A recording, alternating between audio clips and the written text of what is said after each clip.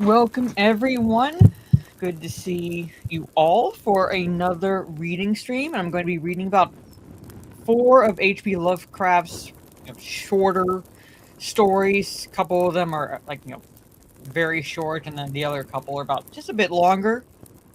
And then Thursday, I'm planning on reading a couple or so Edgar Allan Poe stories. I might return to HP Lovecraft next reading stream on Tuesday, with maybe like one of his longer stories, like the Dunwich Horror.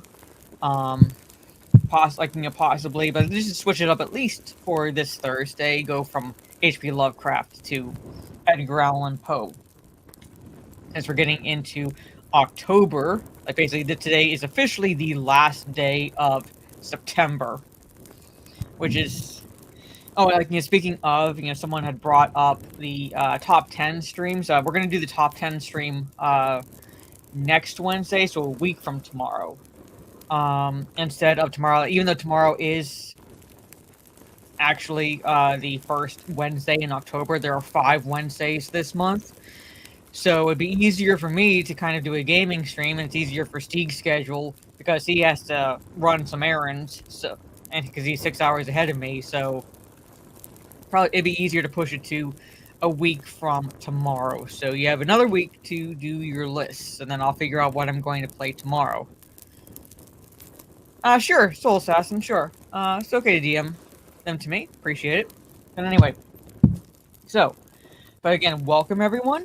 Again, I have about 4 HP Lovecraft stories, so this might be a relatively quick stream. We'll see. But let's just dive right into the first story I have bookmarked, because I had to mark them, and that is Dagon. The HP Lovecraft story, Dagon. Yeah, I can read The Raven. I have, there's the Master of Red Death. That's a good Edgar Allan Poe story. I'm trying to go toward more of just shorter ones. At least that way I can read one or two.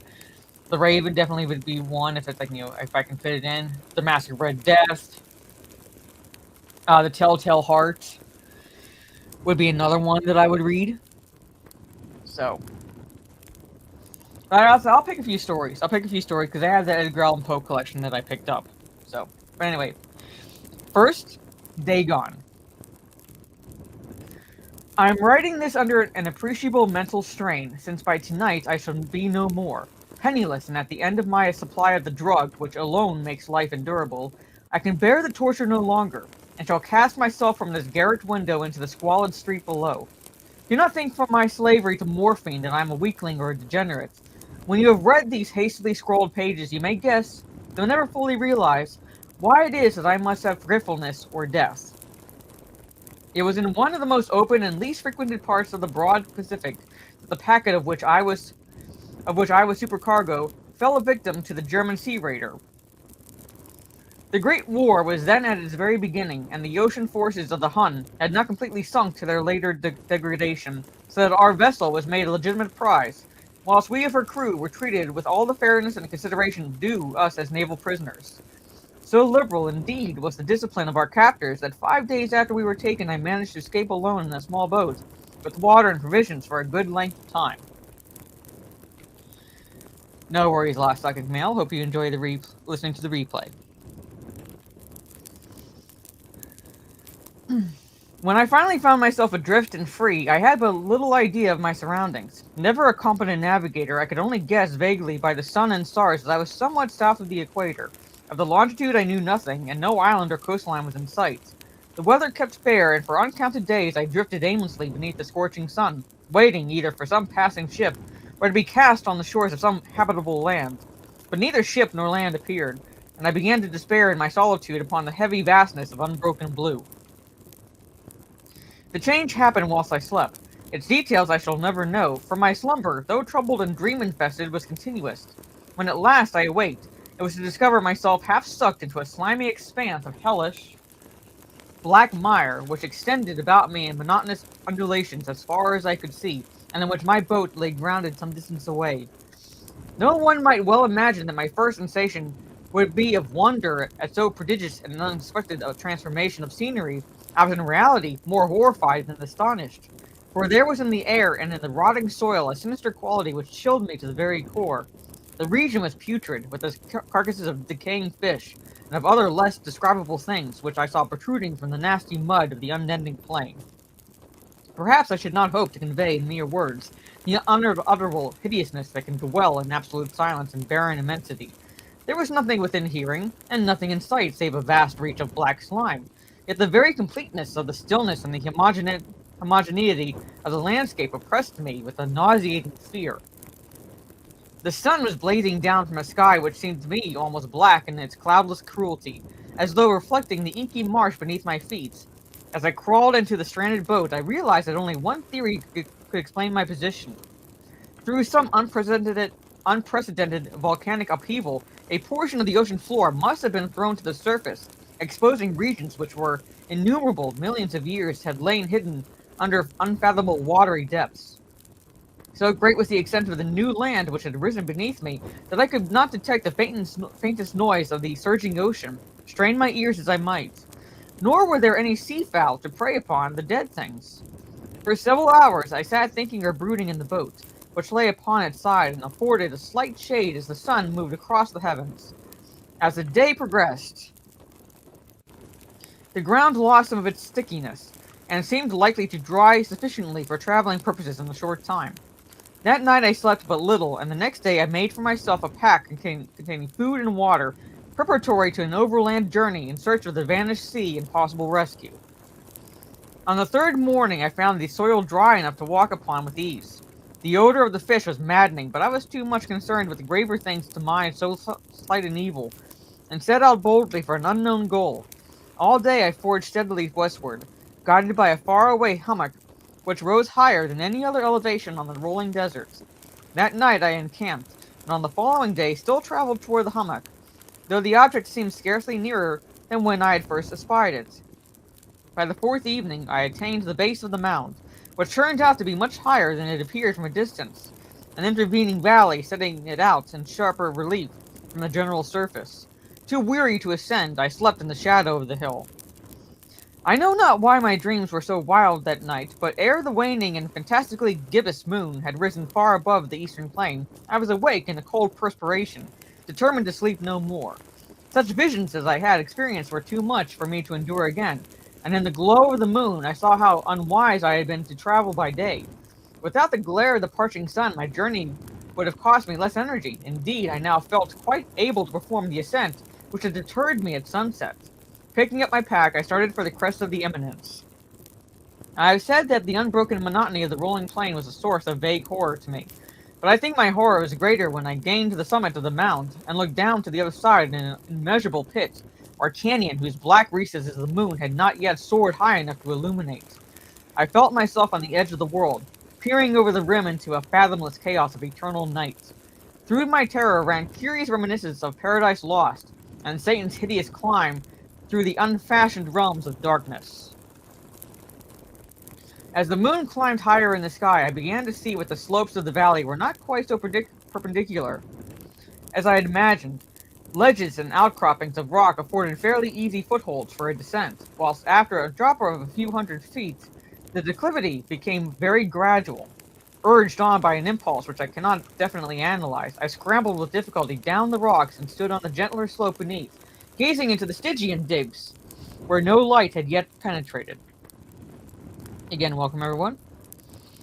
All at once, my attention was captured by a vast and singular object on the opposite slope, which rose steeply about 100 yards ahead of me, an object that gleamed whitely in the newly bestowed rays of the ascending moon.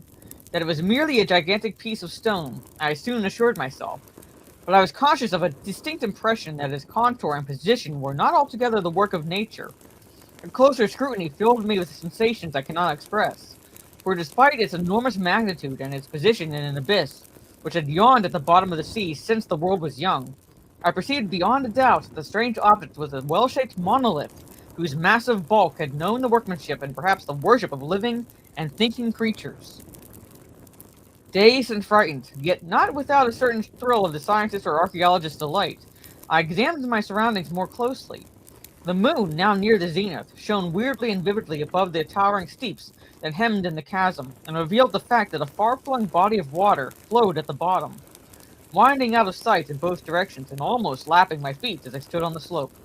Across the chasm, the wavelets washed the base of the cyclopean monolith, on whose surface I could now trace both inscriptions and crude sculptures. The writing was in a system of hieroglyphics, unknown to me and unlike anything I'd ever seen in books, consisting for the most part of conventionalized aquatic symbols such as fishes, eels, octopi, crustaceans, mollusks, whales, and the like. Several characters obviously represented marine things which are unknown to the modern world, but whose decomposing forms I had observed on the ocean-risen plain. It was pictorial carving, however, that did most to hold me spellbound. Plainly visible across the intervening water on account of their enormous size was an array of bas-reliefs whose subjects would have excited the envy of Doré. I think that these things were supposed to depict men, at least a certain sort of men, though the creatures were shown disporting like fishes in the waters of some marine grotto, or paying homage at some monolithic shrine which appeared to be under the waves as well.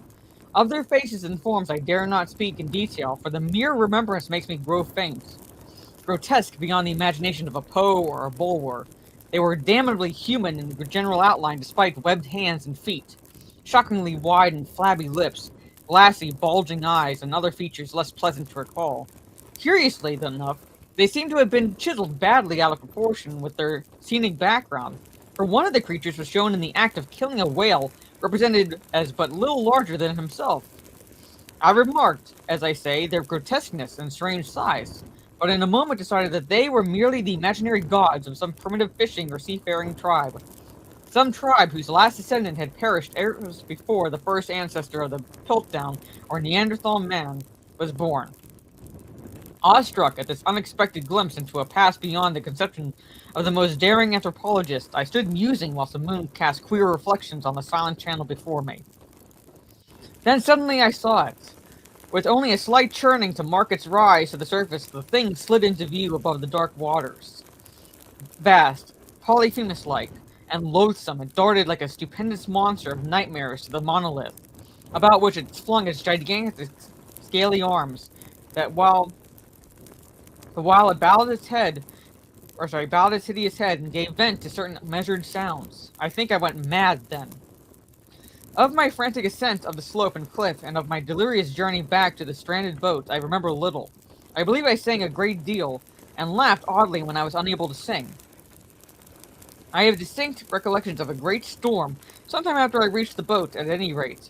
I know that I had heard peals of thunder and other tones which nature utters only in her wildest moods. When I came out of the shadows, I was in San Francisco hospital, brought thither by the captain of the American ship which had picked up my boat in mid-ocean. In my delirium, I had said much, but found that my words had been given scant attention.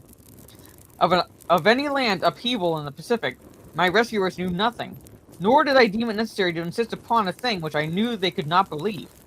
Once I sought out a celebrated ethnologist, and amused him with peculiar questions regarding the ancient Philistine legend of Dagon, the fish god, but soon perceiving that he was hopelessly conventional, I did not press my inquiries. It is at night, especially when the moon is gibbous and waning, that I see the thing. I tried morphine, but the drug had given only transient surcease, and has drawn me into his clutches as a hopeless slave. So now I am to end it. All, having written a full account for the information or the contemptuous amusement of my fellow men. Often I ask myself if it could not all have been a pure phantasm, a mere freak of fever as I lay sunstricken and raving in the open boat after my escape from the German man-of-war. Then I ask myself, but ever does there come before me a hideously vivid vision and reply, I cannot think of the deep sea without shuddering at the nameless things that may at this very moment be crawling and floundering on its slimy bed, worshipping their ancient stone idols and carving their own detestable likenesses on submarine obelisks of water-soaked granite. I dream of a day when they may rise above the billows to drag down in their reeking talons the remnants of puny, war-exhausted mankind. Of a day when the land shall sink and the dark ocean floor shall ascend amidst a universal pandemonium. The end is near.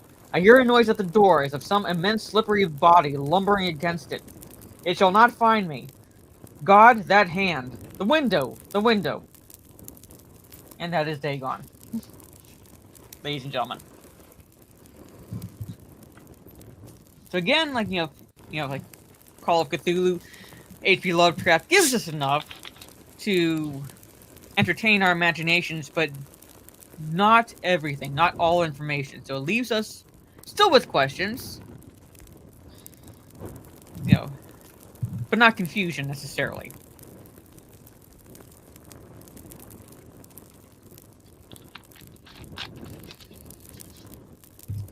Alright, that was Dagon. The next one is called The Nameless City.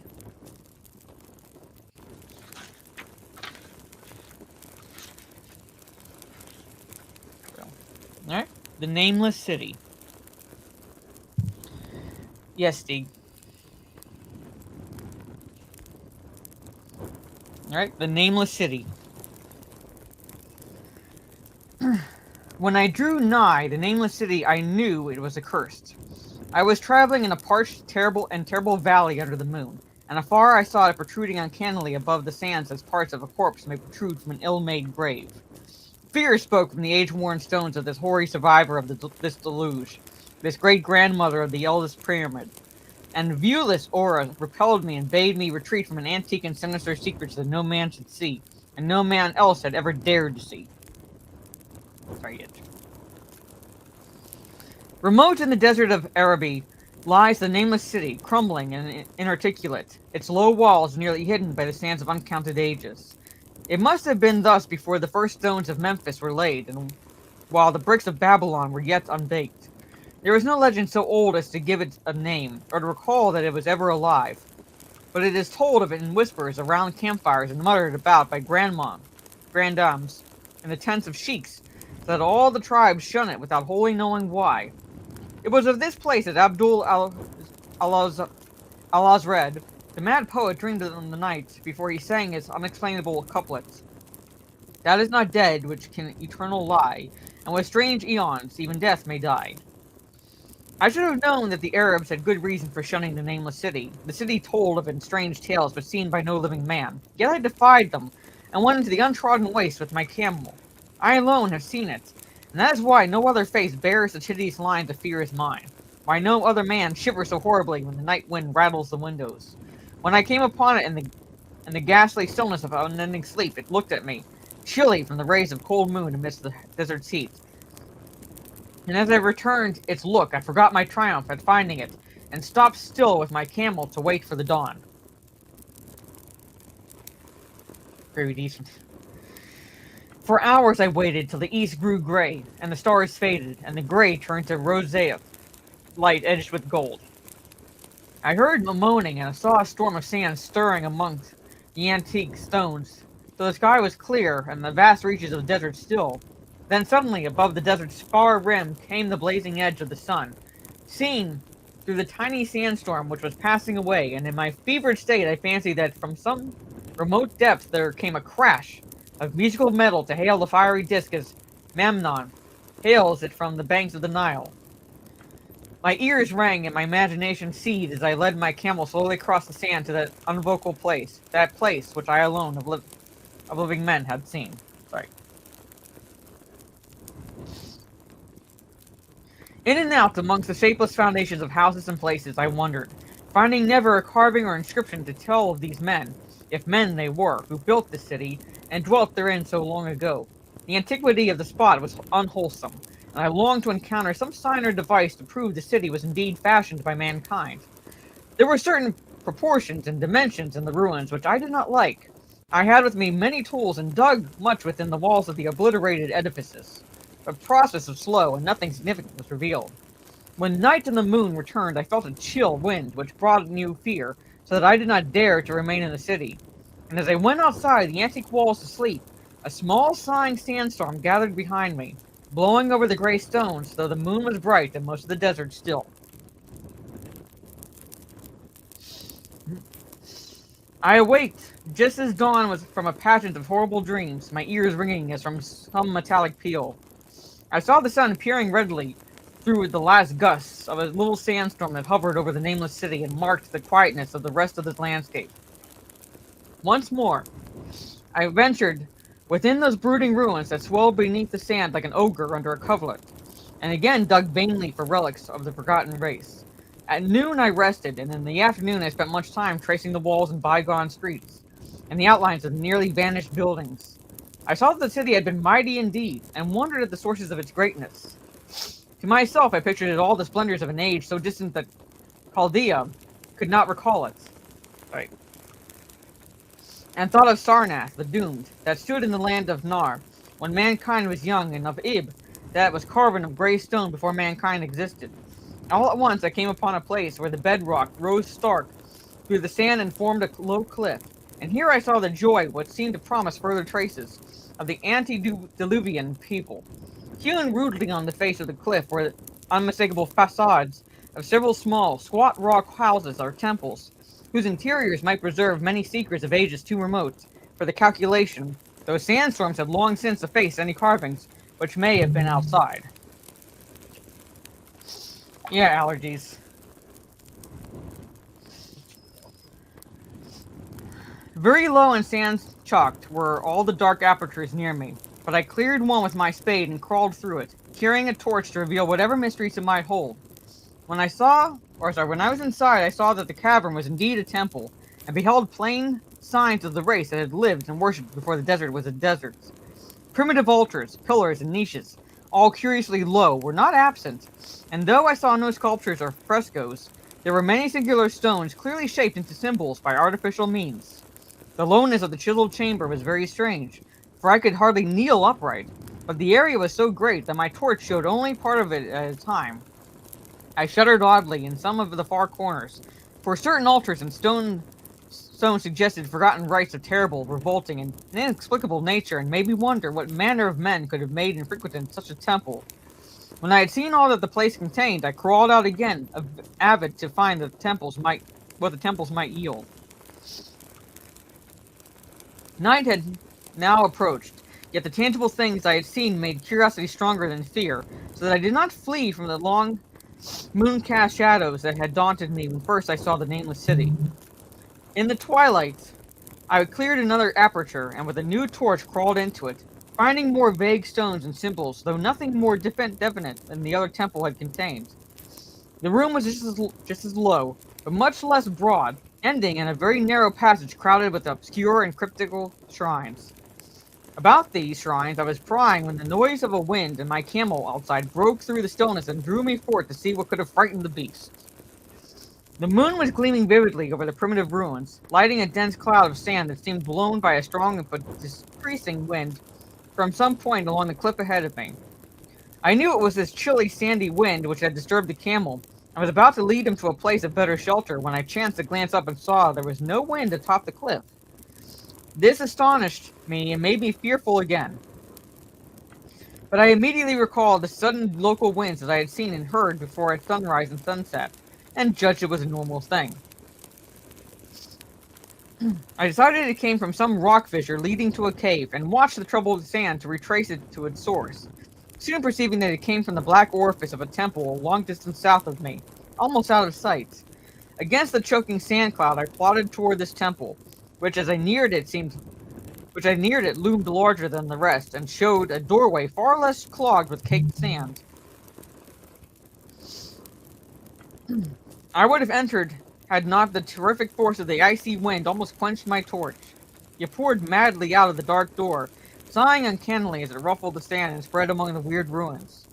Soon it grew fainter, and the sand grew more and more still, till finally all was at rest again, but a presence seemed stalking among the spectral stones of the city, and when I glanced at the moon it seemed to quiver as though mirrored in unquiet waters. I was more afraid than I could explain, but not enough to dull my thirst for wonder, so as soon as the wind was quite gone, I crossed into the dark chamber from which it had come. This temple, as I had fancied from the outside, was larger than either of those I had visited before, and was presumably a natural cavern tinted for winds from some region beyond. Here I could stand quite upright, but saw that the stones and altars were as low as those other temples. On the walls and roof I beheld for the first time some traces of the pictorial art, of the ancient race, curious curling streaks of paints that had almost faded or crumbled away. And on two of the altars I saw with rising excitement a maze of well-fashioned curvilinear carvings. As I held my torch aloft, it seemed to me that the shape of the roof was too regular to be natural, and I wondered what the prehistoric cutters of stone had first worked upon. Their engineering skill must have been vast. Then a brighter flare of the fantastic flame showed that for which I had been seeking, the opening to those remoter abysses whence the sudden wind had blown. And I grew faint when I saw that it was a small and plainly artificial door chiseled in the solid rock. I thrust my torch within, beholding a black tunnel, with the roof arching low over a rough flight of very small, numerous, and steeply descending steps. I shall always see these steps in my dreams, for I came to learn what they meant. At the time I hardly knew whether to call them steps or mere footholds, and a precipitous descent. My mind was whirling with mad thoughts, and the words and warnings of Arab prophets seemed to float across the desert, from the lands that men know to the nameless city that men dare not know. Yet I hesitated only for a moment before advancing through the portal and commencing to climb cautiously down the steep passage, feet first, as though on a ladder. It is only in the terrible phantasms of drugs or delirium that any other man can have such a descent as mine. The narrow passage led infinitely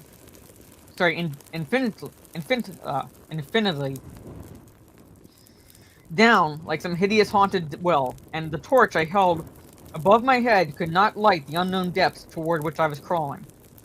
I lost track of the hours and forgot to consult my watch, though I was frightened when I thought of the distance I must be traversing.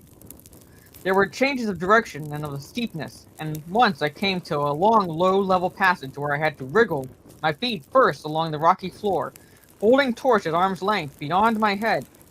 The place was not high enough for kneeling. After that were more of the steep steps, and I was still scrambling down intermittently when my failing torch died out.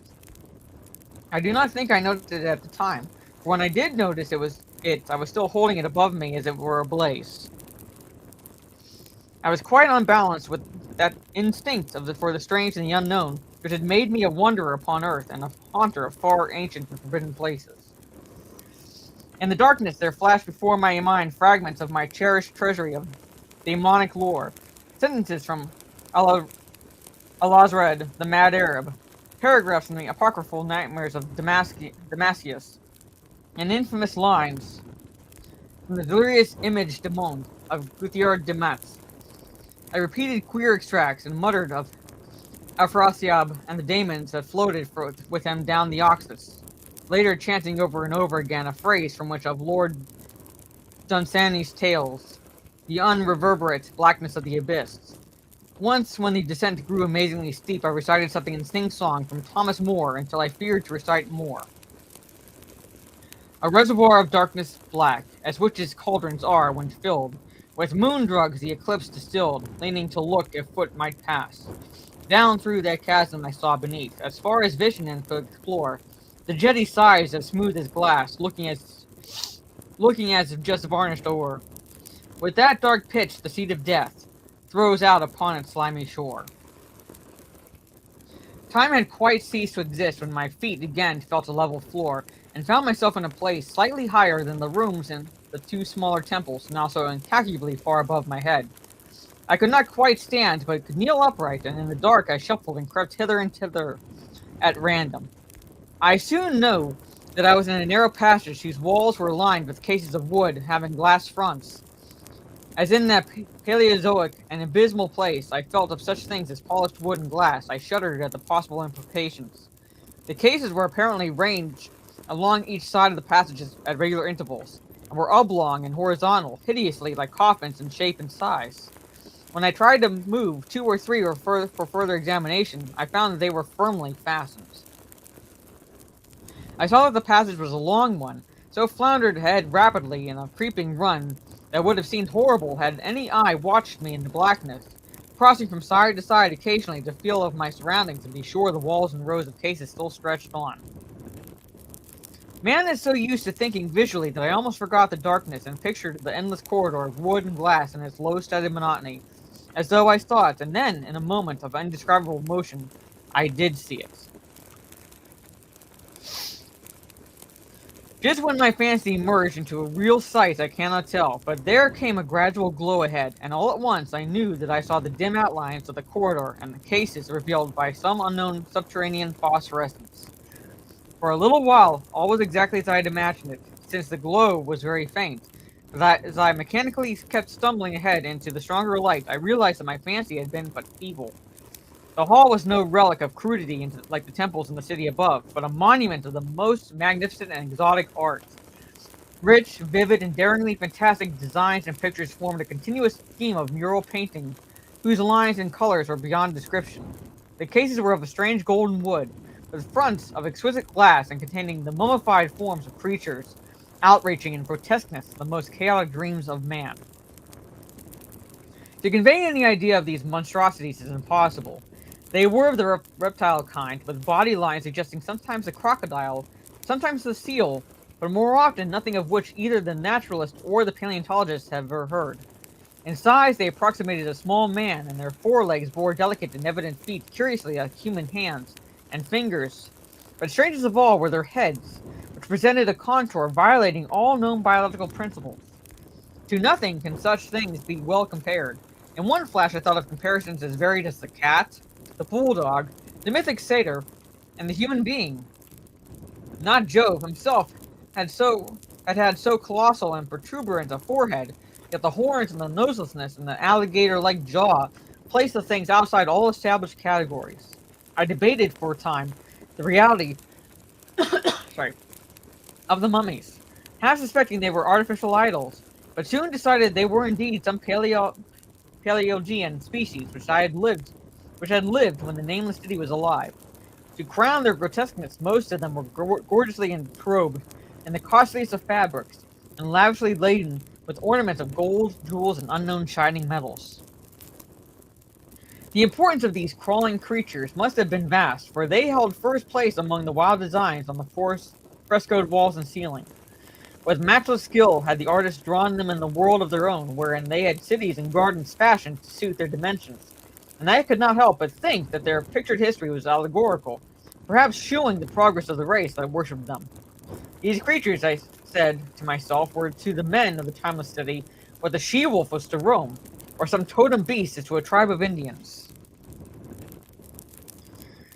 Holding this view, I could trace roughly a wonderful epic of a nameless city, the tale of a mighty seacoast metropolis that ruled the world before Africa rose out of the waves, and of its struggles as the sea shrank away, and the deserts crept into the fertile valley that held it. I saw its wars and triumphs, its troubles and defeats, and afterward its terrible fight against the desert with thousands of its people, here represented in allegory by the grotesque reptiles, were driven to chisel their way down through the rocks in some marvelous manner, to another world whereof their prophet had told them. It was all vividly weird and realistic, and its connection with the awesome descents I had made was unmistakable. I even recognized the passages. As I crept along the corridor toward the brighter light, I saw later stages of the painted epic, the leave-taking of the race that had dwelt in the nameless city, and the valley around for 10 million years. The race whose souls shrank from quitting scenes their bodies had known so long, where they had settled,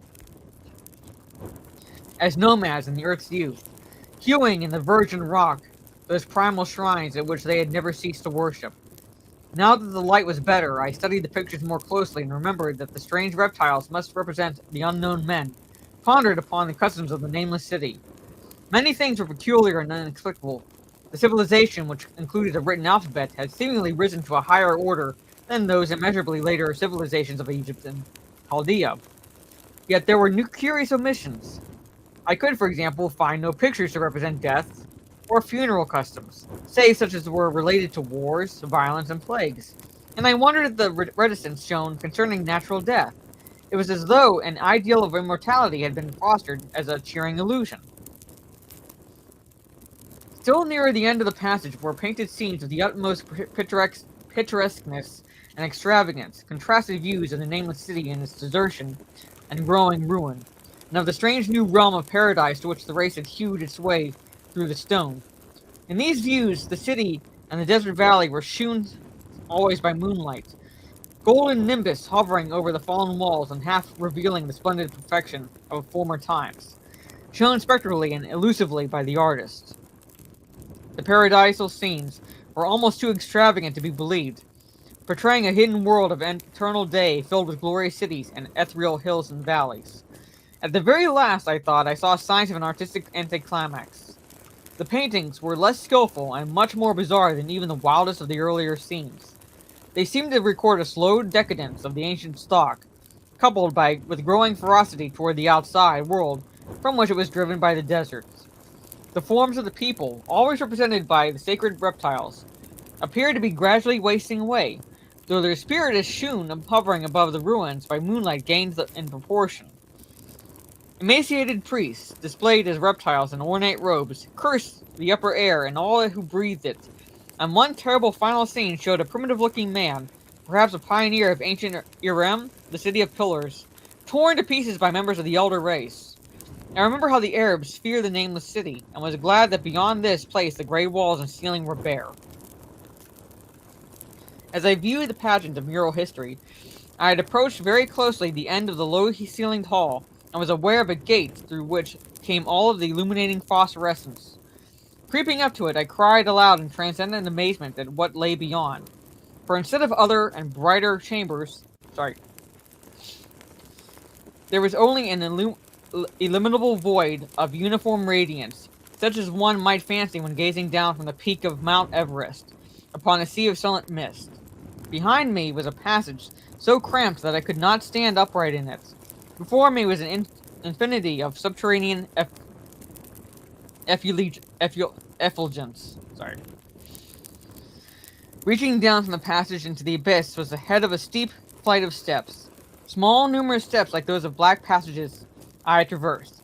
But after a few feet, the glowing vapors concealed everything. Swung back open against the left-hand wall of the passage was a massive door of brass, incredibly thick and decorated with fantastic bas-reliefs, which could have, if closed, shut the whole inner world of light away from the vaults and passages of rock.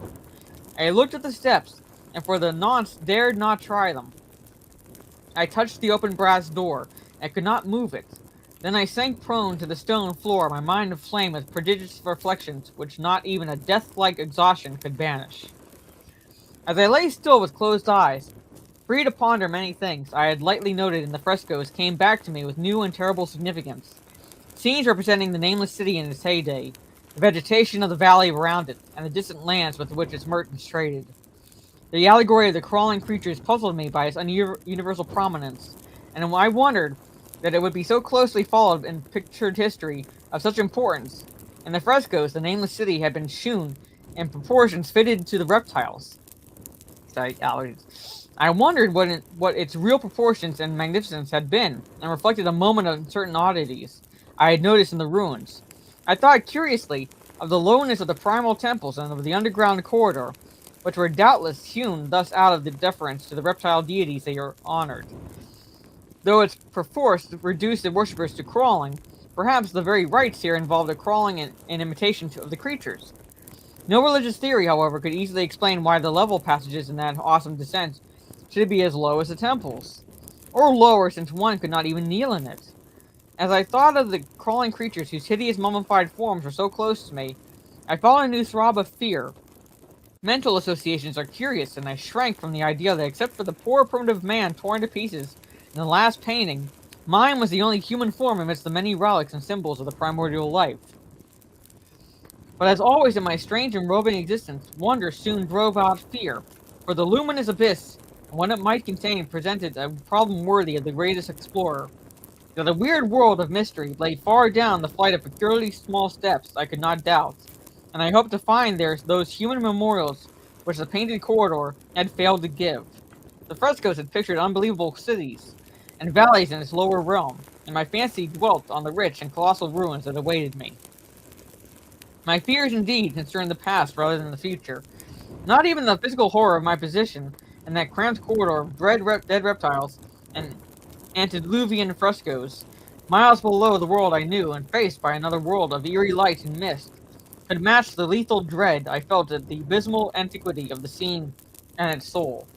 An ancientness so vast that measurement is feeble seemed to leer down from the primal stones and rock-hewn temples of the nameless city, while the very latest of the astounding maps and the frescoes shewn oceans and continents that man has forgotten. with only here and there some vaguely familiar outline. Of what could have happened in the geological ages since the painting ceased and the death-hating race that resentfully succumbed to decay, no man might say. Life had once teemed in these caverns and in the luminous realm beyond. Now I was alone with vivid relics, and trembled to think, of countless ages through which these relics had kept a silent, deserted visual. Suddenly there came another burst of that acute fear which had intermittently seized me ever since I first saw the terrible valley and the nameless city under a cold moon. And despite my exhaustion, I found myself starting frantically to a sitting posture and gazing back along the black corridor toward the tunnels that rose to the outer world. My sensations were like those which had made me shun the nameless city at night, and were inexplicable as they were poignant. In another moment, however, I received a still greater shock in the form of definite sounds. The first, which had broken the utter silence of those tomb-like depths. Sorry, it's my siblings. Sorry, where did I leave off? It was a deep, low moaning as of a distant throng of condemned spirits, and came from the direction in which I was staring. Its volume rapidly grew, till it soon reverberated frightfully through the low passage, and at the same time I became conscious of an increasing draught of cold air, likewise flowing from the tunnels in the city above. The touch of this air seemed to restore my balance, for I instantly recalled the sudden gusts which had risen around the mouth of the abyss each sunset and sunrise. One of which had indeed revealed the hidden tunnels to me.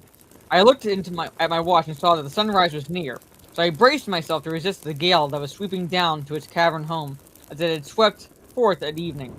My fear again waned low, since a supernatural phenomenon tends to dispel broodings over the unknown. More and more madly poured the shrieking, moaning night wind into the gulf of the inner earth. I dropped prone again and clutched vainly at the floor for fear of being swept bodily through the open gates to the phosphorescent abyss. Such fury that I had not expected, and as I grew aware of it, the actual slipping of my form toward the abyss, I was beset by 1,000 new terrors of apprehension and imagination. The malignancy of the blast awakened incredible fancies.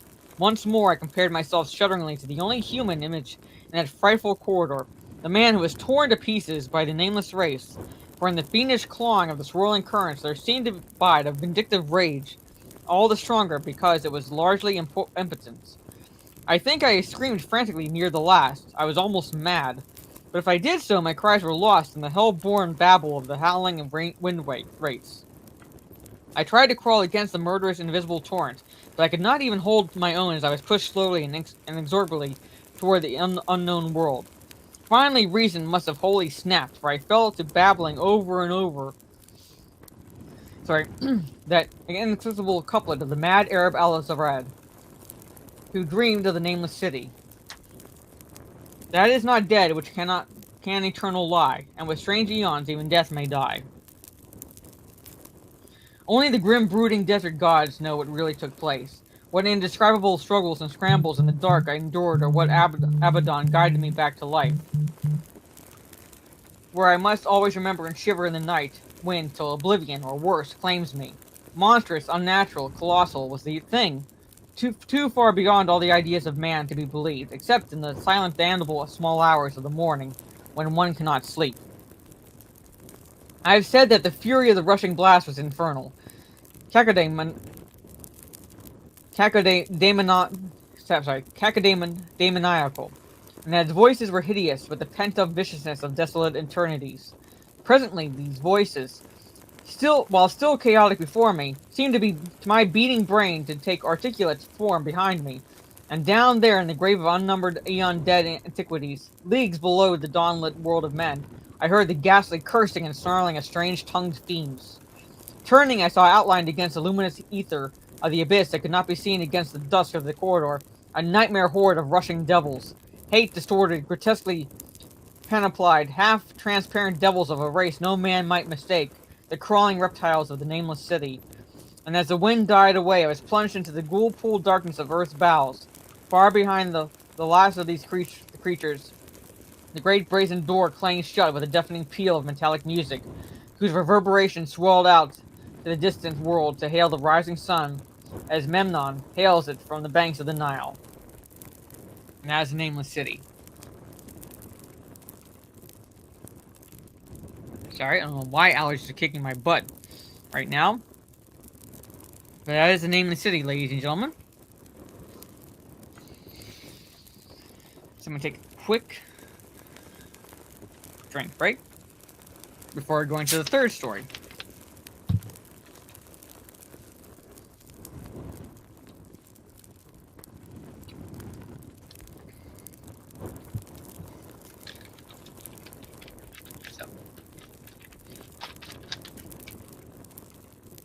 Let me know what you think, Mike Hill, because that's the movie that's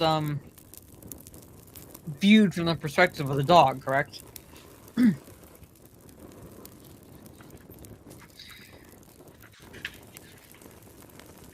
Okay.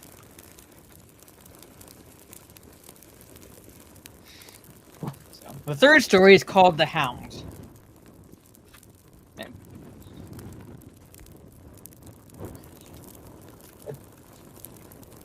Relatively short, but it's called The Hound. Sorry. Hiccup.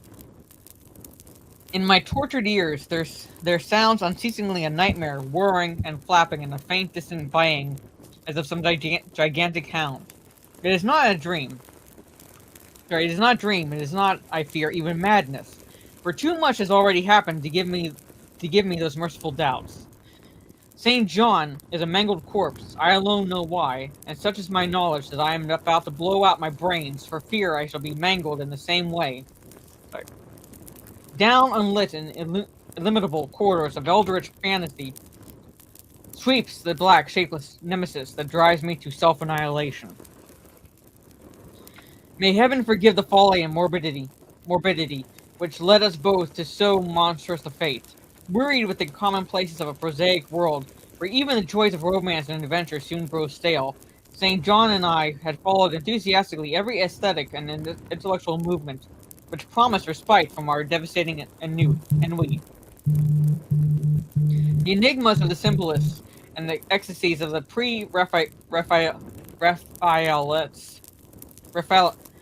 Raphaelites, all were ours in their time. But each new mood was drained too soon of its diverting novelty and appeal. Only the somber philosophy of the descendants could help us.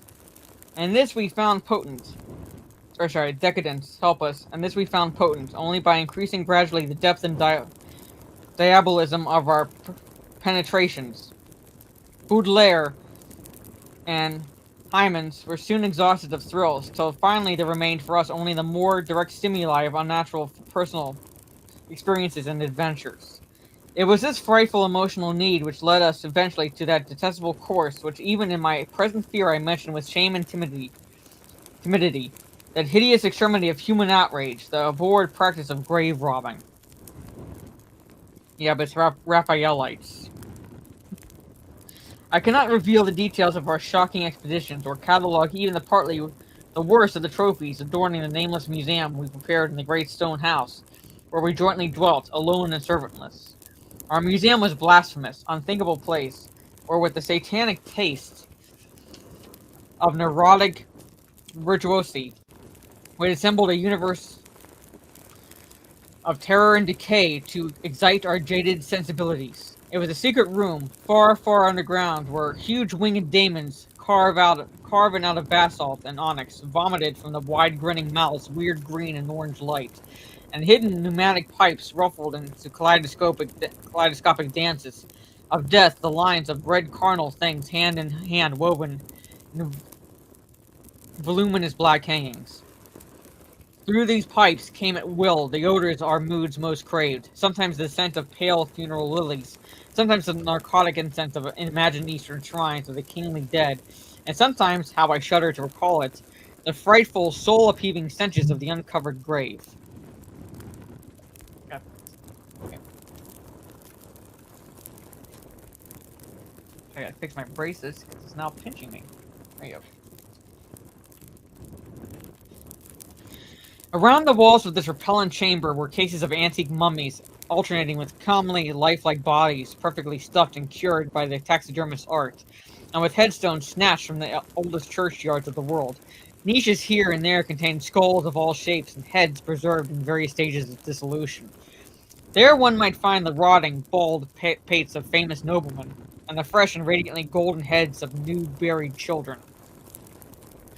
Statues and paintings there were, all of fiendish subjects, and some executed by St. John and myself. A large portfolio, bound in tanned human skin, held certain unknown and unnameable drawings, which it was rumored Goya had perpetuated but dared not acknowledge.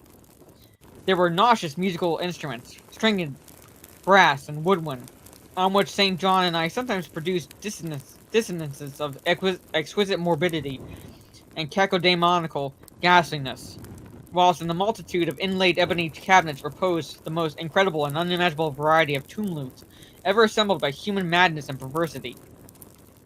It is of this lute in particular that I must not speak. Thank God I had the courage to destroy it long before I thought of destroying myself. The predatory excursions on which we collected our unmentionable treasures were almost artistically memorable events. We were no vulgar ghouls, but worked only under certain conditions of mood, landscape, environment, weather, season, and moonlight. These pastimes were to us the most exquisite form of aesthetic expression, and we gave their details a fastidious technical care. An inappropriate hour, a jarring lighting effect, or a clumsy manipulation of the damp sod would almost totally destroy for us that aesthetic titillation which followed the exhumation of some ominous grinning secret of the earth. Our quest for novel scenes and piquant conditions were feverishly and insatiate. St. John was always the leader, and he it was who had led the way at last to that mocking accursed spot which brought us our hideous and inevitable doom. By what malign fatality we were lured to that terrible hole in churchyard. I think it was the dark rumor and legendary, the tales of one buried for 5 centuries, who had himself been a ghoul in his time, and had stolen a potent thing from a mighty sepulchre. I can recall the scene in these final moments. The pale autumnal moon over the graves, casting long horrible shadows, the grotesque trees, drooping solemnly to meet the neglected grass, and the crumbling slabs, the vast legions of strangely colossal bats that flew against the moon, the antique ivied church pointing a huge spectral finger at the livid sky, the phosphorescent insects that danced like death fires under the hues in a distant corner, the odors of mold, vegetation, and less inexplicable things that mingled feebly with the night wind, far swamps and seas. And worst of all, the faint, deep-toned baying of some gigantic hound, which we could neither see nor definitely place. As we heard this, as we heard the suggestion of baying, we shuddered, remembering the tales of the peasantry. For he whom we sought had centuries before been found in this self-same spot, torn and mangled by the claws and teeth of some unspeakable beasts. I remember how we delved into the ghoul's grave with our spades, and how we thrilled at the picture of ourselves, the grave, the pale watching moon, the horrible shadows, the grotesque trees, the titanic bats, the antique church, the dancing death fires, the sickening odors, the gently moaning night wind, and the strange, half-heard, directionless baying, of whose objective existence we could scarcely be sure. Then we struck at a substance harder than the damp mold, and beheld a rotting oblong box encrusted with mineral deposits in the long undisturbed ground. It was incredibly tough and thick, but so old that we finally pried it open and feasted our eyes on what it held. No gravy. Much, amazingly much, was left of the object despite the lapse of 500 years. The skeleton, though crushed in places by the jaws of the thing that had killed it, held together with surprising firmness, and we gloated over the clean white skull and its long firm teeth and its eyeless sockets, that once had glowed with a carnal fever like our own. In the coffin lay an amulet of curious and exotic design, which had apparently been worn around the sleeper's neck. It was the oddly conventionalized figure of a crouching winged hound, or sphinx, with a semi-canine face. It was exquisitely carved in antique oriental fashion from a small piece of green jade. The expression of its features was repellent in the extreme, savoring at once of death, bestiality, and malevolence. Around the base was an inscription in characters which neither St. John nor I could identify, and on the bottom, like a maker's seal, was graven a grotesque and formidable skull. Immediately upon beholding this amulet, we knew that we must possess it. that this treasure alone was our logical proof from the century grave. Even had its outlines been unfamiliar, we would have desired it. But as we looked more closely, we saw that it was not wholly unfamiliar. Alien it indeed was to all art and literature, which sane and balanced readers know, but we recognized it as the thing hinted of it in the forbidden Necronomicon of the mad Arab Abdul al-Azred, the ghastly soul symbol of the corpse-eating cults of inaccessible Leng in Central Asia. All too well did we trace the sinister lineaments described by the old Arab demonologist. Lineaments, he wrote, drawn from some obscure supernatural manifestation of the souls of those who vexed and gnawed at the dead. Now that book is not good. Seizing the green jade object, we gave it a last glance at the bleached and cavern-eyed face of its owner, and closed up the grave as we found it. As we hastened from the aberrant spot, the stolen amulet in St. John's pocket, we thought we saw the bats descend in a body to the earth we had so lately rifled, as if seeking for some cursed and unholy nourishment. But the autumn moon shone weak and pale, and we could not be sure. Sorry, itching all over. So too, as we sailed the next day away from Holland to our home, we thought we heard the faint distant baying of some gigantic hounds in the background. But the autumn wind moaned sad and wan, and we could not be sure. Less than a week after our return to England, strange things began to happen. We lived as recluses, devoid of friends, alone and without servants in a few rooms of an ancient manor house, on a bleak and unfrequented moor, so that the doors were seldom disturbed by the knock of a visitor. Now, however, we were troubled by what seemed to be a frequent fumbling in the night.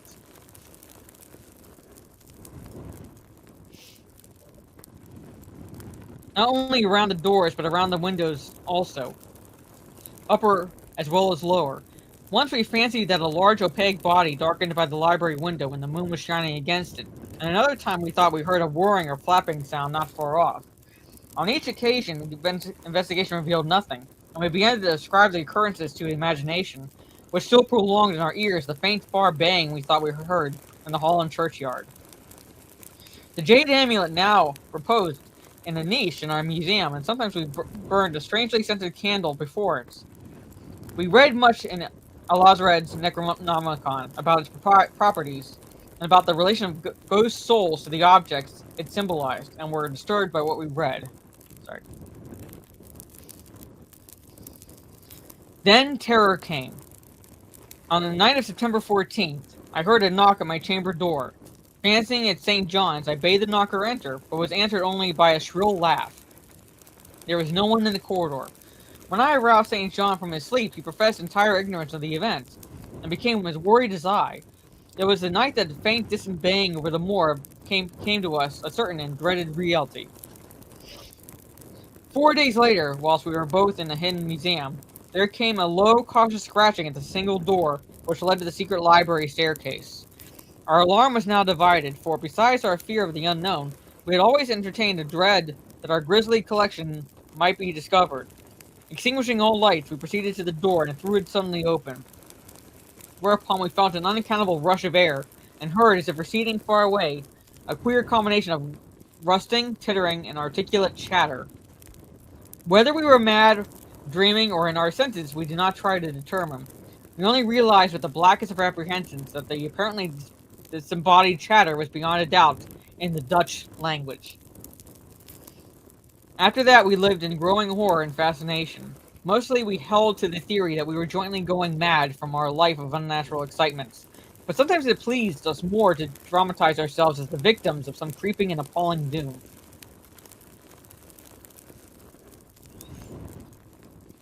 I'd imagine there's, like, in reality, a Book of the Dead. Given the,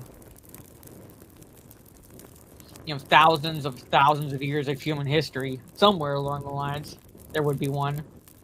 I imagine in, like, different cultures. Bizarre manifestations were now too frequent to count. Our lonely house was seemingly alive with the presence of some malign being whose nature we could not guess.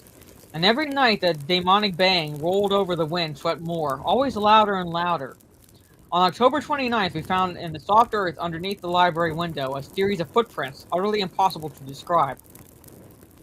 They were as baffling as the hordes of great bats which haunted the old manor house in unprecedented and increasing numbers.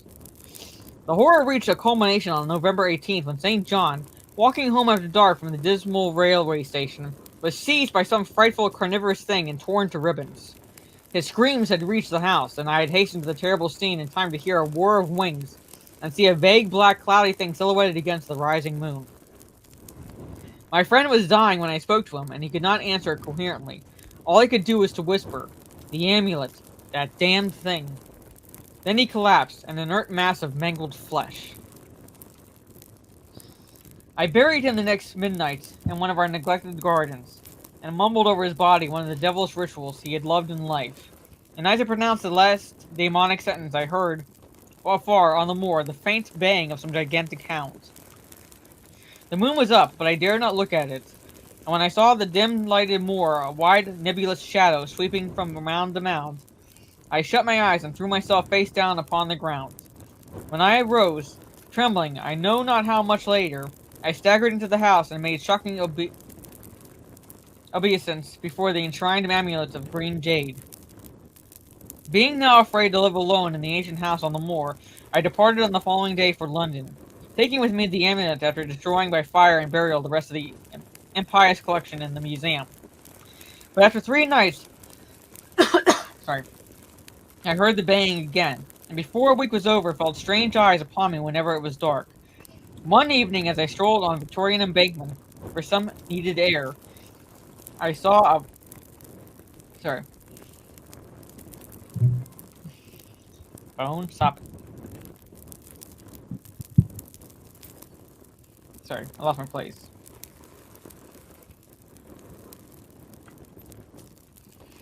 Okay. Some needed air. I saw a black shape obscure one of the reflections of the lamps in the water. A wind, stronger than the night wind, rushed by, and I knew that what had befallen St. John must soon befall me. The next day, I carefully wrapped the green jade amulet and sailed for Holland. What mercy I might gain by returning the thing to its silent, sleeping owner, I knew not. But I felt that I must try any step conceivably logical. What the hound was, and why it had pursued me, were questions still vague, but I had first heard the baying in that ancient churchyard, and every subsequent event, including St. John's dying whisper, had served to connect the curse with the sealing of the amulet. Accordingly, I sank into the nethermost abysses of despair when, at an inn in Rotterdam, I discovered that thieves had despoiled me of the sole means of salvation. The baying was loud that evening, and in the morning I read of a nameless deed in the vilest quarter of the city. The rabble were in terror, for upon an evil tenement had fallen a red death beyond the foulest previous crime of the neighborhood. In a squalid thieves' den, an entire family had been torn to shreds by an unknown thing which left no trace, and those around had heard all night a faint, deep, insistent note of a gigantic hound. Hello, JM. So at last I stood again at the unwholesome churchyard where a pale winter moon cast hideous shadows and leafless trees drooped sullenly to meet the withered, frosty grass and cracking slabs, and the ivied church pointed a jeering finger at the unfriendly sky, and the night wind howled maniacally from ever-frozen swamps and frigid seas. The baying was very faint now, and it ceased altogether as I approached the ancient grave I had once violated, and frightened away an abnormally large horde of bats which had been hovering curiously around it.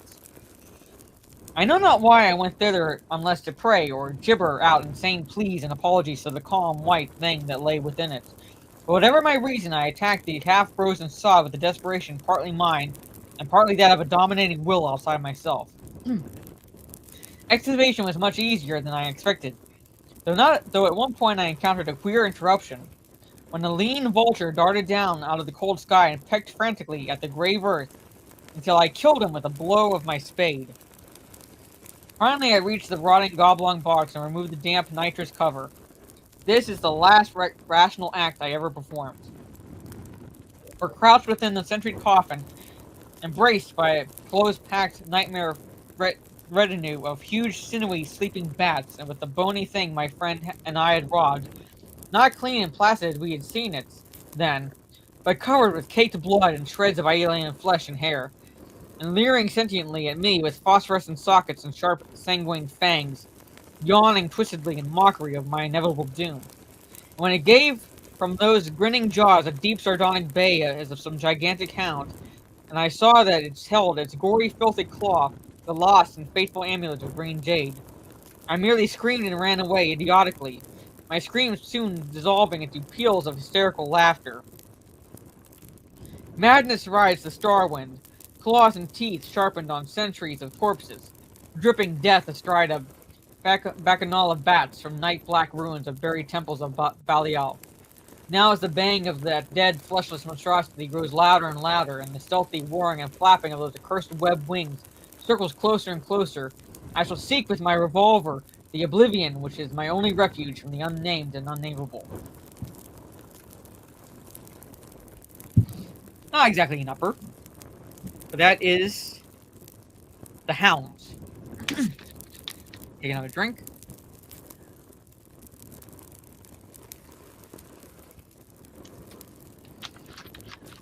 It is Lovecraft. Last that I have marked, I'm sure that it's called the Silver Key.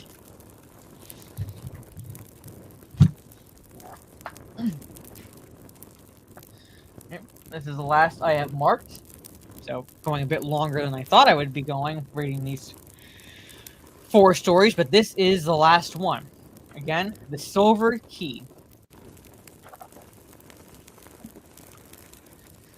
When Randolph Carter was 30, he lost the key of the Gates of Dreams. Prior to that time, he had made up for the prosiness of life by nightly excursions to strange and ancient cities beyond space, and lovely, unbelievable garden lands across ethereal seas.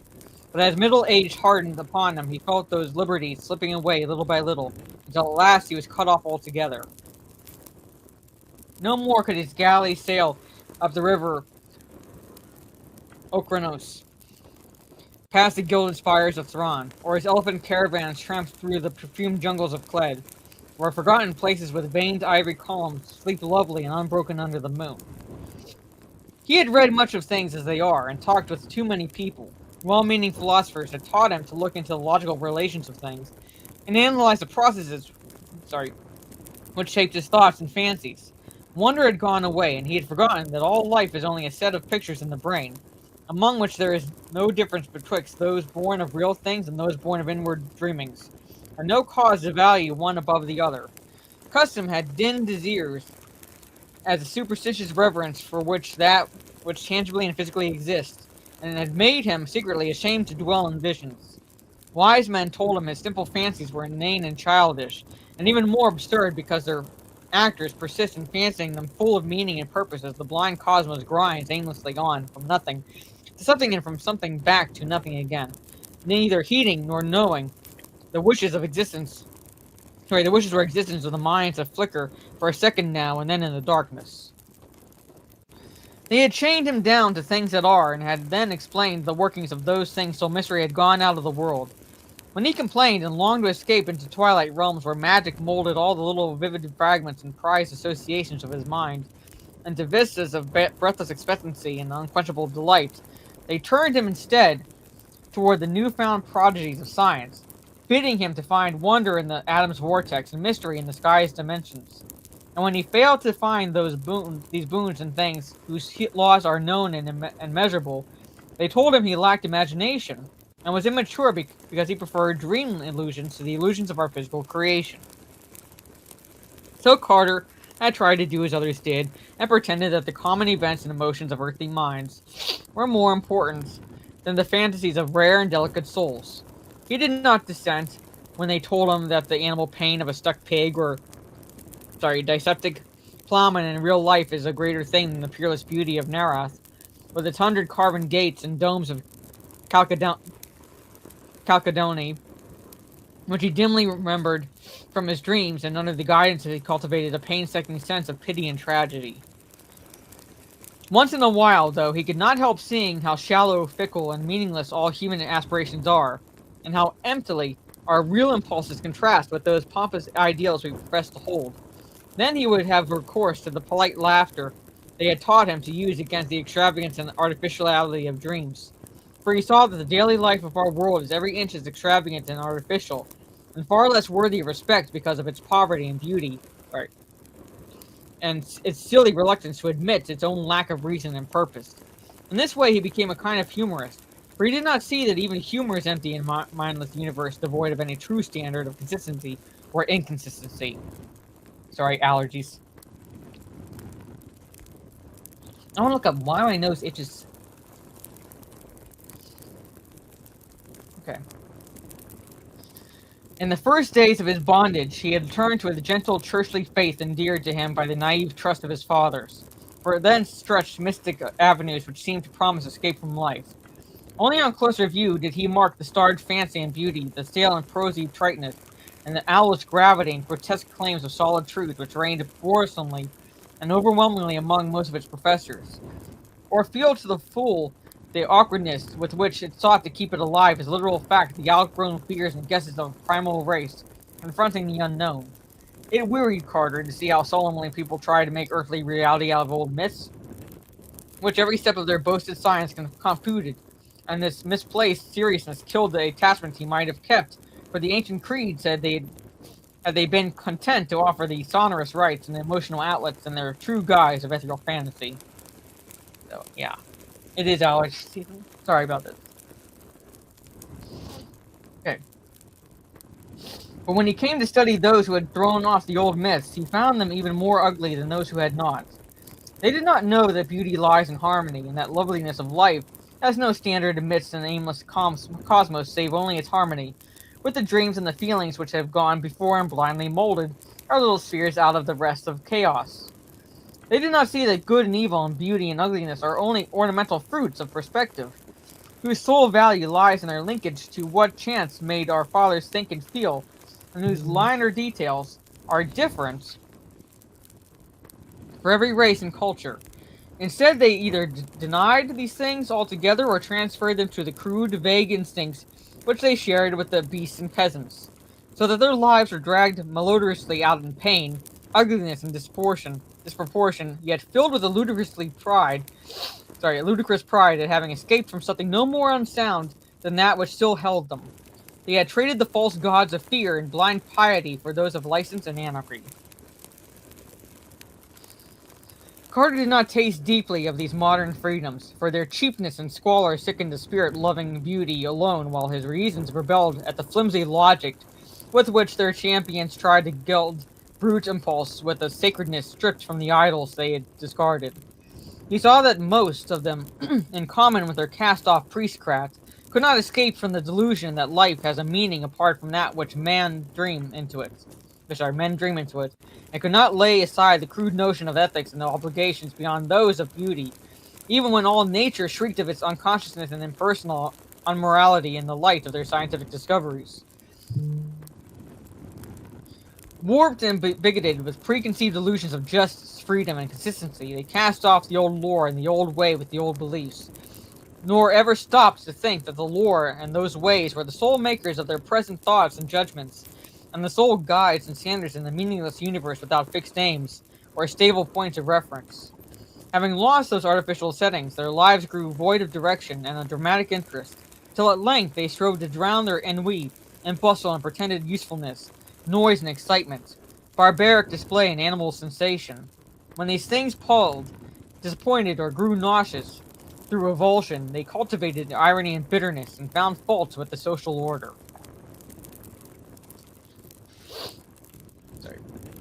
Never could they realize that their brute foundations were as shifting and contradictory as the gods of their elders, and that the satisfaction of one moment is the bane of the next.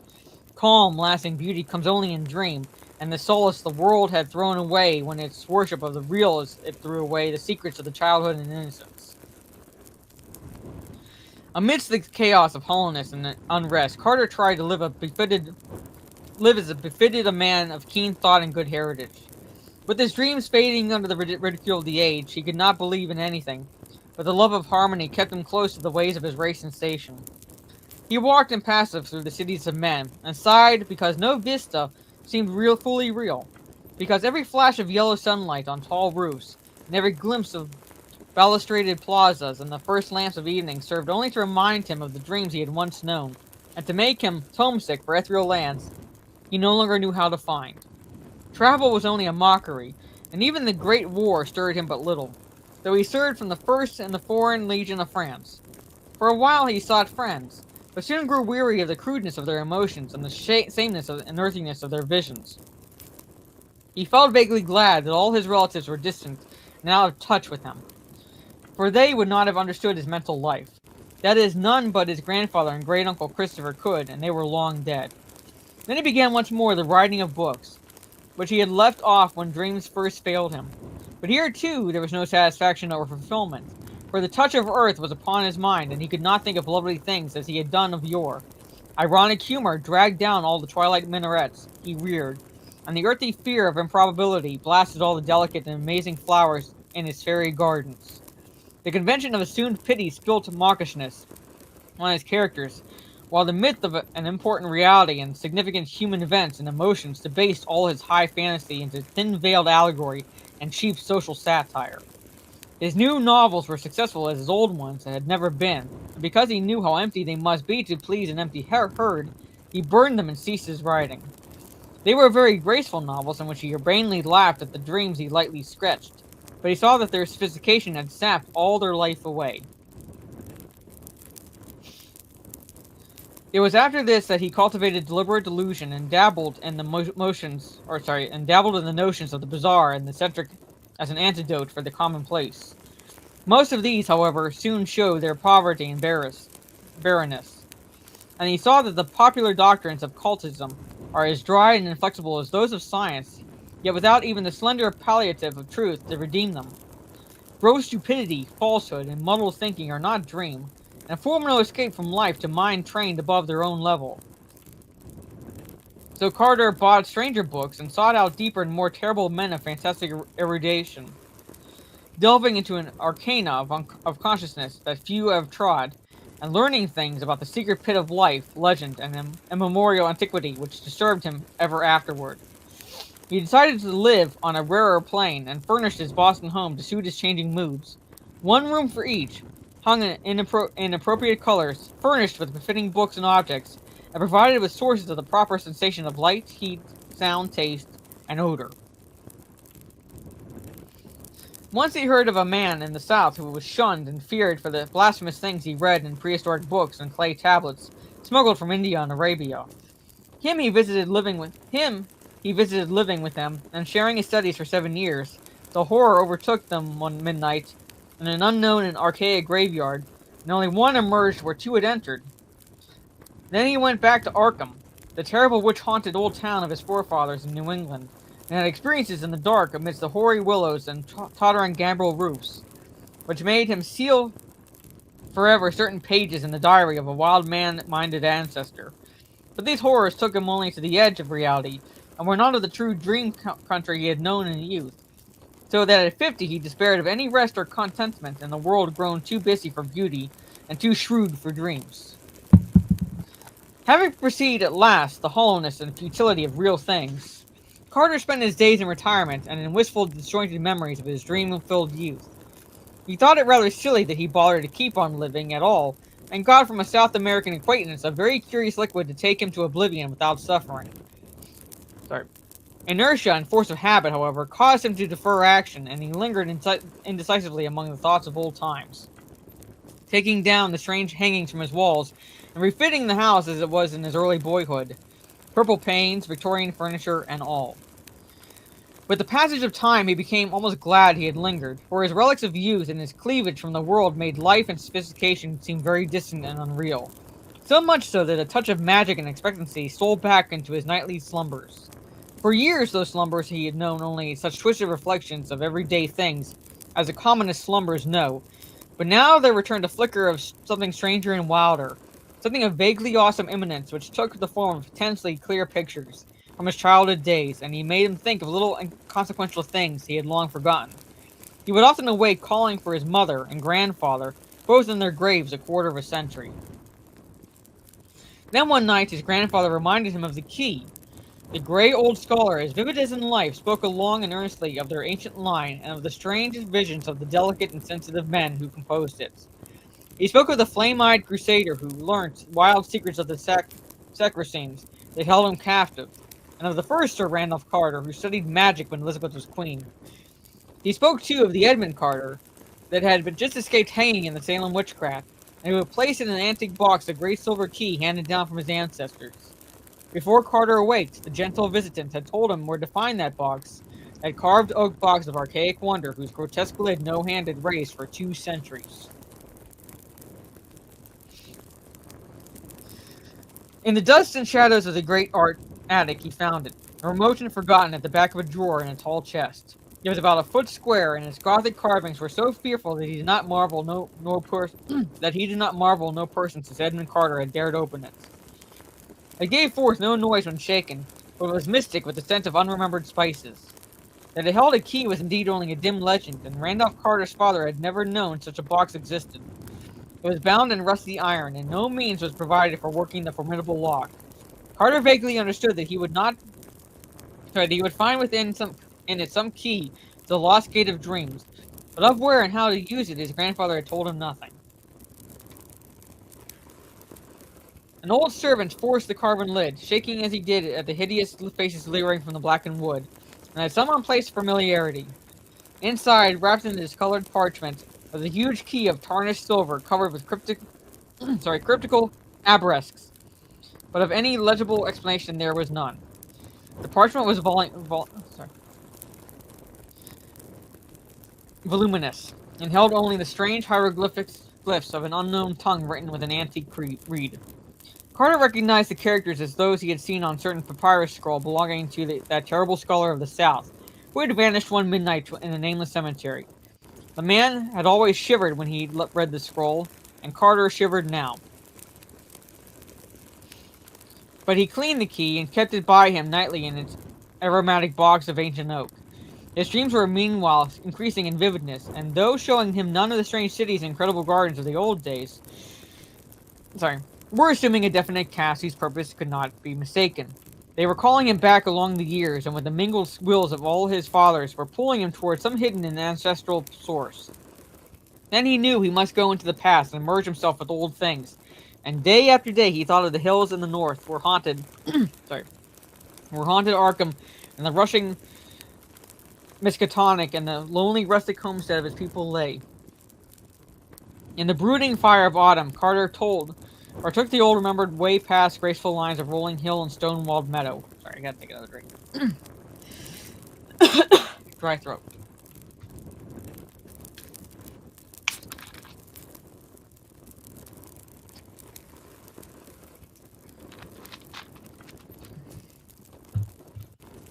Here.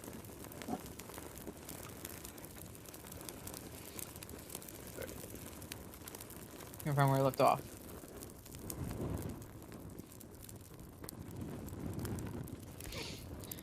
Distant vale and hanging woodland, curving road and nestling farmstead, and the crystal windings of the Miskatonic, crossed here and there by rustic bridges of wood and stone. At one bend he saw the group of giant elms, among which an ancestor had oddly vanished a century and a half before, and shuddered as the wind blew meaningly through them. Then there was the crumbling farmhouse of old Goody Fowler, the witch, with its evil windows and great roof sloping nearly to the ground on the north side. He speeded up his car as he passed it, and did not slacken until he had mounted the hill where his mother and her father before her were born. Where the old white house still looked proudly across the road at the breathlessly lovely panorama of rocky slope and verdant valley, with the distant spires of Kingsport on the horizon, and hints of the archaic, dream-laden sea in the farthest background. Then came the steeper slope that held the old Carter place he had not seen in over 40 years. Afternoon was far gone when he reached the foot, and at the bend halfway up he paused to scan the outspread countryside golden and glorified in the slanting floods of magic poured out by western sun. All the strangeness and expectancy of his recent dreams seemed present in this hushed and unearthly landscape, and he thought of the unknown solitudes of the other planets as his eyes traced over the velvet and deserted lawns shining undulant between their tumbled walls and clumps of fairy forests setting off far lines of purple hills beyond hills, and a spectral wooded valley dipping down in shadow into dank hollows where trickling waters crooned and gurgled among the swollen and distorted roots. Something made him feel that the motors did not belong in the realm he was seeking, so he left his car at the edge of the forest, and putting the great key in his coat pocket, he walked up the hill. Woods now engulfed him utterly, though he knew the house was on a high knoll that cleared the trees, except to the north. He wondered how it would look, for it had been left vacant and unattended through his neglect since the death of his strange great-uncle Christopher 30 years before. In his boyhood, he had reveled through long visits there, and had found weird marvels in the woods beyond the orchard. Shadows thickened around him, for the night was near. Once a gap in the trees opened up to the right, so that he saw off across leagues of twilight meadow, and spied the old congregational steeple on Central Hill in Kingsport. Pink with the last flush of day, the panes of the little round windows blazing with a reflected fire. Then, when he was in deep shadow again, he recalled with a start the glimpse must have come from childish memory, alone, since the old white church had long been torn down to make room for the Congressional Hospital. He had read of it with interest, for the paper had told about some strange burrows or passages found in the rocky hill beneath. Through his puzzlement, a voice piped, and he started again in its familiarity after long years. Old Benijah Corey had been his Uncle Christopher's hired man, and was aged even in those far-off times of his boyhood visits. Now he must be well over 100, but that piping voice could come from no one else. He could distinguish no words, yet the tone was haunting and unmistakable. To think that old Benji could still be alive. Master Randy, Mr. Randy, where you be? Where be ya? Do you want to scare your Aunt Marthy plumb to death? Ain't she told you to keep nigh the place in the afternoon and get back afore dark? Randy! He's a beatin' this boy for running off in the woods I ever see. Half the time a settin' and moonin' around that snake den in the upper timber. Hey you, Randy! Sounds, the way like the wording is, almost sounds like he's Swedish. Randolph Carter stopped in the pitch darkness and rubbed his hand across his eyes. Something was queer. He had been somewhere he ought not to be, had strayed very far to places where he had not belonged, and was now inexcusably late. He had not noticed the time on the Kingsport steeple. Sorry.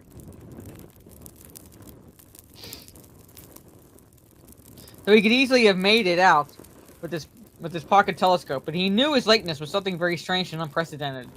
He was not sure he had his little telescope with him, and put his hand in his blouse pocket to see. No, it was not there, but there was a big silver key he had found in a box somewhere.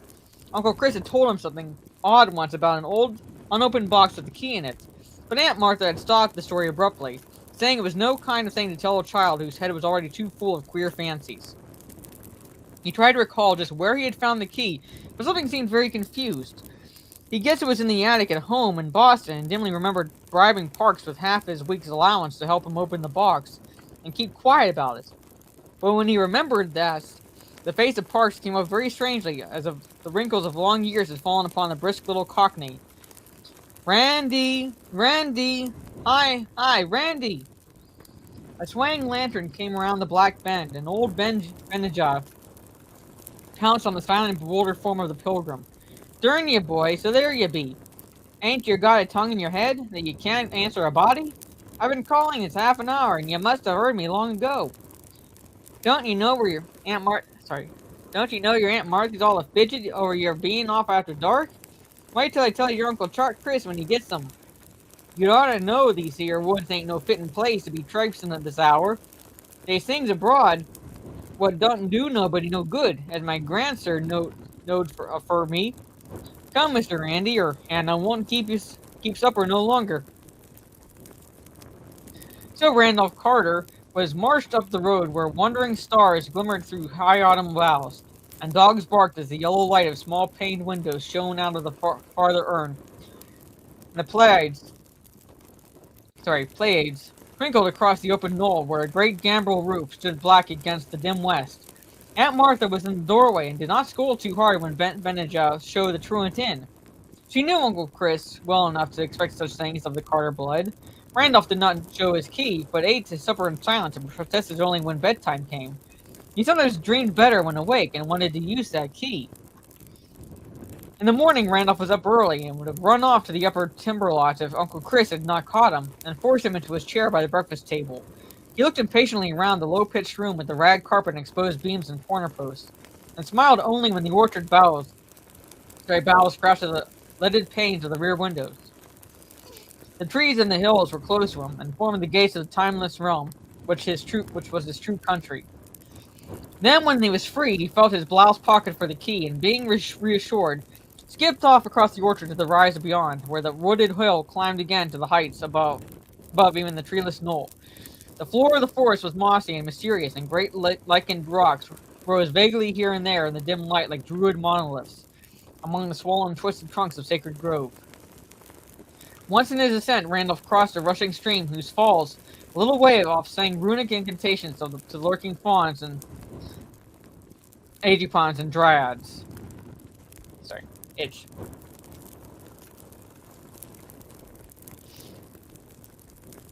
Then he came to the strange cave in the forest slope, the dreaded snake den which country folk shunned, and the way from which Benijah had warned him again and again. It was deep, far deeper than anyone but Randolph suspected. For the boy had found a fissure in the furthermost black corner that had led to a loftier grotto beyond. A haunting sepulchre place whose granite walls held a curious illusion of conscious artifice. On this occasion he crawled in as usual, lighting his way with matches filched from the sitting room matchsafe, and edging through the final crevice with an eagerness hard to explain, even to himself. He could not tell why he approached the farther wall so confidently, or why he instinctively drew forth the great silver key as he did. Sorry. I hate all of these. As he did so. But on he went, and when he danced back to the house that night, he offered no excuses for his lateness, nor heeded in the least the reproofs he gained for ignoring the noontide dinner horn altogether. Now it is agreed by all the distant relatives of Randolph Carter that something occurred to heighten his imagination in his 10th year. His cousin Ernest B. Aspinwall, Esquire, of Chicago, was fully 10 years his senior, and distinctly recalls a change in the boy after the autumn of 1883. Randolph had looked on scenes of fantasy that few others can ever have beheld, and stranger still were some of the qualities which he showed in relation to the very mundane things. He seemed, in fine, to have picked up an odd gift of prophecy, and reacted usually to things which, though at the time without meaning, were later found to justify the singular impressions. In subsequent decades, as new inventions, new names, and new events appeared one by one in the book of history, people would now and then recall wonderingly how Carter had years before let fall some careless word of undoubted connection with what was then far in the future.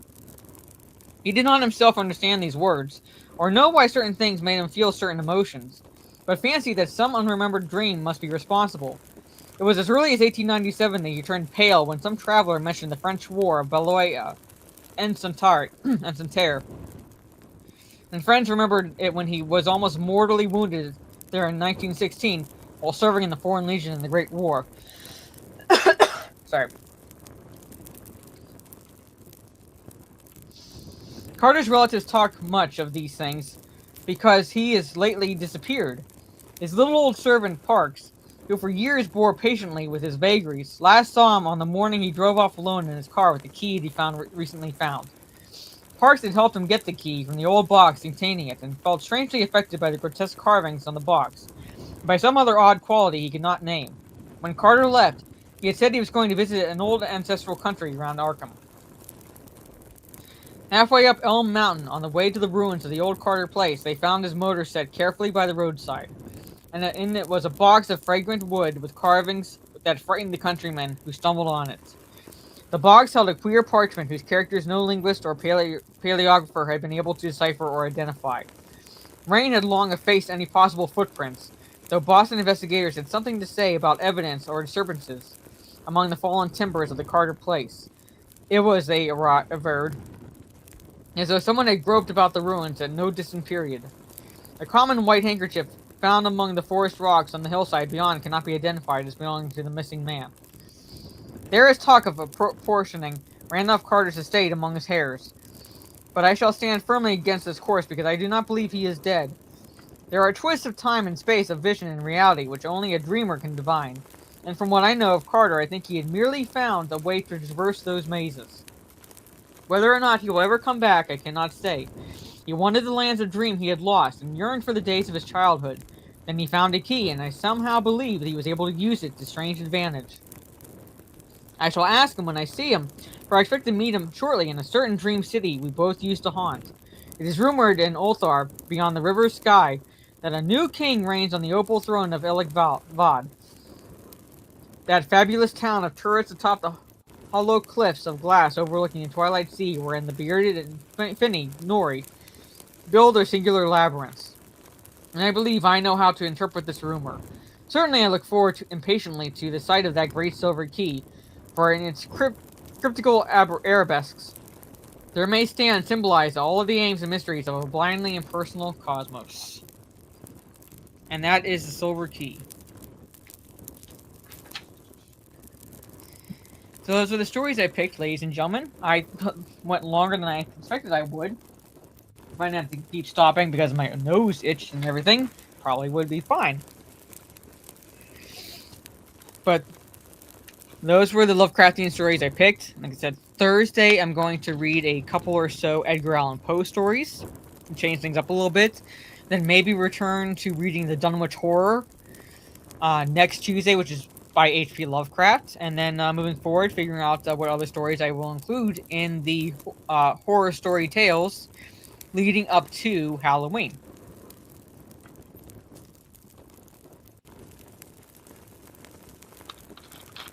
So, again, thank you all for hanging out with me. Tomorrow I'm going to figure out what I'm going to play. I'll figure something out. I have not received the thumbnails for Borderlands or Borderlands 2. I wasn't expecting to necessarily receive them today, but like I said, I've not gotten them yet, so I can't say for sure I'll be playing Borderlands tomorrow. But I'll be figuring something out to play tomorrow evening for the gaming stream, and then the Edgar Allan Poe stories on Thursday, and then Friday and Saturday are kind of up in the air as far as what I play, when I stream, etc. So that is the streaming schedule for the rest of this week, and then Talk Nerdy to Us will be back on my channel this coming Sunday because Minority Home did it twice in a row. And then this will be my second time, and then back to the normal schedule, like every other Sunday, moving forward. So take care, everyone. Have a good rest of your day or evening wherever you are in the world, and I will see you all tomorrow evening on my YouTube, Kick, and Twitch. What game I play, I know not, but we'll see and figure out when the time comes. Peace and good night.